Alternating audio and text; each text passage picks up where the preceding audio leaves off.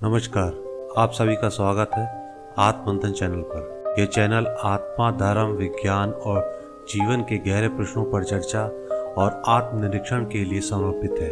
यहाँ प्रस्तुत सामग्री शोध और प्राचीन शास्त्र और दर्शनों और विचारों के आधार पर तैयार की गई है। हमारा उद्देश्य सभी धर्मों और विचारधाराओं के प्रति सम्मान रखते हुए सत्य की खोज के मार्ग पर प्रेरणा देना है।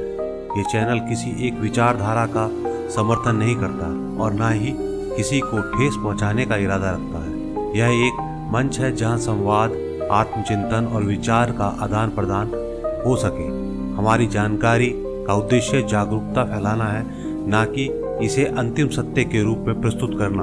हम आपसे अनुरोध करते हैं किसी भी जानकारी को अपने विवेक और अध्ययन के आधार पर अपनाएं। आइए आत्ममंथन करें और अपने भीतर के सत्य को जानें। नमस्कार दोस्तों, तो आज का एपिसोड शुरू करते हैं। एक बात मैं आप सबसे कहना चाहता हूँ जो शायद आज के समय में लोग भूल गए हैं कि कोई भी मनुष्य जब इस धरती पर जन्म लेता है तो वह किसी धर्म का नहीं हो, न हिंदू, न मुसलमान, न ईसाई, न बौद्ध। वह केवल एक मानव होता है। उसकी सांसें, उसकी धड़कनें, उसकी आंखों की कोमलता सब केवल प्रकृति के नियम से चलती है, किसी मजहब से नहीं। आप सोचिए, क्या किसी बच्चे के जन्म लेते ही उसके माथे पर लिखा होता है कि ये फला धर्म का है? क्या वो भाषा जानता है? क्या उसे किसी ग्रंथ का ज्ञान होता है? नहीं, उसे जो कुछ मिलता है वो अपने परिवेश से मिलता है। वो अपने माता पिता से, अपने परिवार, अपने समाज से जो संस्कार लेता है उसी के अनुसार वो अपने आप को किसी संप्रदाय में बांध लेता है। लेकिन अगर हम गहराई में देखें तो जन्म लेने वाला हर जीव सनातन होता है, सनातन धर्म से प्रेरित होता है या सनातन धर्म में ही जन्म लेता है। लेकिन अगर हम और गहराई में देखें तो जन्म लेने वाला हर जीव सनातन धर्म में ही जन्म लेता है। क्यों? क्योंकि सनातन कोई संगठन नहीं है, कोई संप्रदाय नहीं है। वो तो शाश्वत नियमों का नाम है जो इस ब्रह्मांड की रचना से पहले भी थे और इसके विनाश के बाद भी रहेंगे। सूर्य का उगना, चंद्रमा का कलाओं में विभाजित होना, ऋतुओं का बदलना, मनुष्य का आना, ये सब क्या किसी धर्म से संचालित है? नहीं, ये सब सनातन नियम। और जब कोई जीव जन्म लेता है तो उसे सबसे पहले इन्हीं नियमों के अधीन आता है। लेकिन फिर क्या होता है? जैसे ही वो बच्चा बड़ा होता है, परिवार उसे अपने संस्कार देने लगता है, अपनी मान्यताएं, अपने रीति रिवाज, अपने देवी देवता, अपने ग्रंथ, और फिर धीरे धीरे उसके चित्त एक सांस्कृतिक पहचान में ढलने लगता है। अब वो उस नाम से जाना जाने लगता है जो उसके पिता का धर्म कहलाता है। यहाँ से उसका बंटवारा शुरू होता है।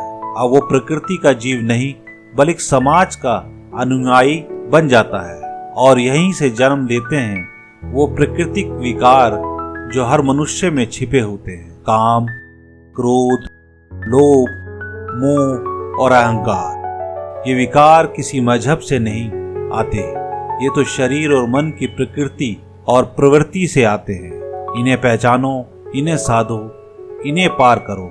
लेकिन क्या होता है, हम विकारों को छोड़कर एक दूसरे के धर्म में दोष ढूंढने लगते हैं। हम आत्मा की सफाई छोड़कर दूसरों की पूजा पद्धति को लेकर झगड़ने लगते हैं। आज जरूरत है कि हम फिर से अपनी जड़ों की ओर लौटें। धर्म से पहले मानवता थी, मानवता से पहले प्रकृति और प्रकृति से पहले सनातन नियम। हम सब उस एक ही चेतना से जन्मे हैं, पर हमें भिन्नता का भ्रम दे दिया गया। हमें चाहिए कि हम अपने भीतर झांकें और देखें कि वहाँ कौन बैठा है, एक हिंदू, एक मुसलमान या केवल एक आत्मा जो मुक्त होना चाहती है।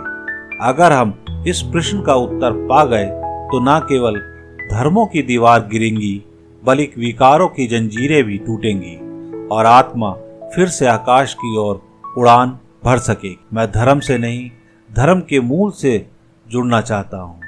मैं नाम से नहीं, मैं सत्य में जीना चाहता हूँ। और मेरा सत्य यही है कि मैं सनातन हूँ, जैसे सूर्य, जैसे वायु, जैसे आकाश, जिनका कोई धर्म नहीं पर जिनके बिना कोई धर्म नहीं। तो आज के इस एपिसोड को यहीं विराम देते हैं।